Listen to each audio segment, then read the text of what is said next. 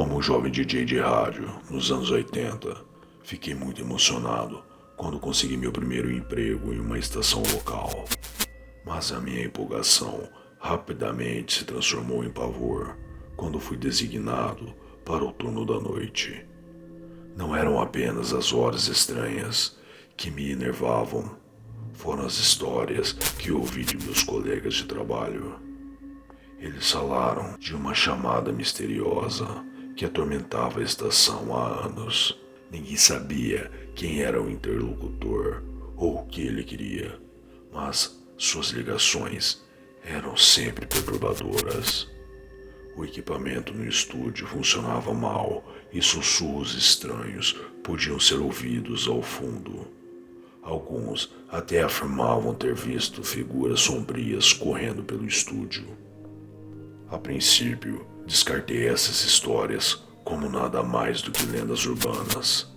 Mas quando me acomodei em minha nova rotina, coisas estranhas começaram a acontecer.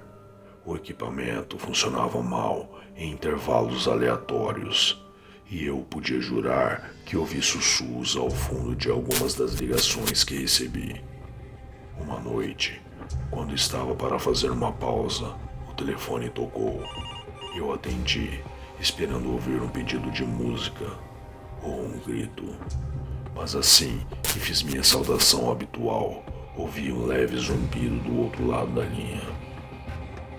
Meu nome é... Não tenho nome. Veio a resposta em um tom abafado.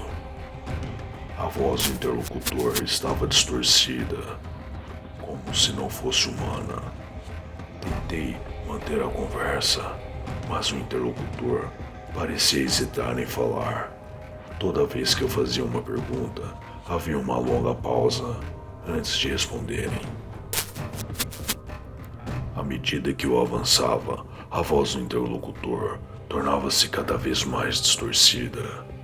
Era como se estivessem falando em outro idioma. O equipamento do estúdio continuou apresentando problemas de funcionamento, dificultando o foco na conversa. E então, de repente, a ligação caiu. Fiquei aliviado, mas também desapontado.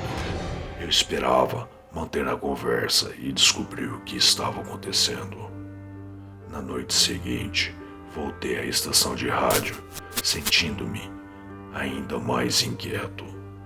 A estranha ligação da noite anterior permaneceu comigo, e eu não conseguia me livrar dessa sensação de que algo estava errado.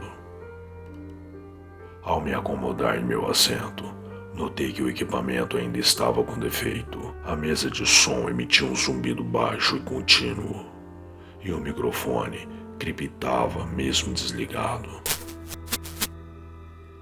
E então, quando eu estava prestes a fazer uma pausa, o telefone tocou novamente.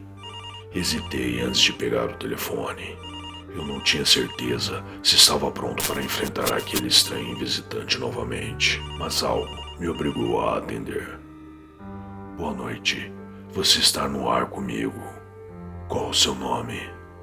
Desta vez, não houve pausa. A pessoa que ligou falou imediatamente, em sua voz baixa e ameaçadora.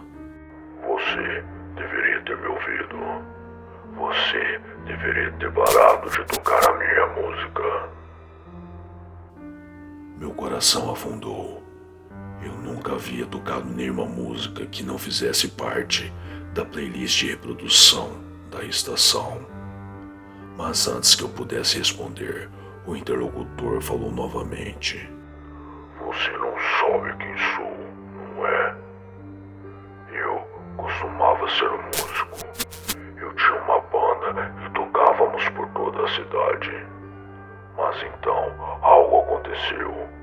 Não sei explicar, mas tudo mudou. A música não era mais a minha. Era como se algo mais estivesse passando por mim. E então as pessoas começaram a se machucar. Eu tive que parar. Eu tive que destruir todas as nossas gravações. Mas uma sobreviveu. Uma gravação que não consegui destruir. E eu vi na sua estação. você tocou e agora tem que pagar. Meu sangue gelou enquanto ouvia as palavras do interlocutor. Eu podia sentir o peso de suas palavras caindo sobre mim, como uma névoa espessa que não se dissipava. A voz do interlocutor tinha uma qualidade sobrenatural, como se não viesse de um ser humano. Eu não conseguia afastar a sensação de que algo estava terrivelmente errado. Percebi então que o interlocutor não era apenas uma voz do outro lado da linha, mas algo muito mais sinistro. Uma presença sombria que assombrava a estação há anos, esperando que alguém como eu tocasse aquela gravação sobrevivente. Eu sabia que tinha que sair dali, mas a porta estava emperrada. Tentei forçá-la a abrir com todas as minhas forças, mas ela nem se moveu. Eu estava preso, sozinho com a figura sombria e sua melodia assombrosa. Enquanto ele tocava seu violão, a sala começou a girar. Eu senti como se estivesse sendo puxado para um vórtice, para um reino escuro e distorcido além da minha compreensão. E então, de repente, parou. O homem desapareceu, me deixando novamente sozinho na estação.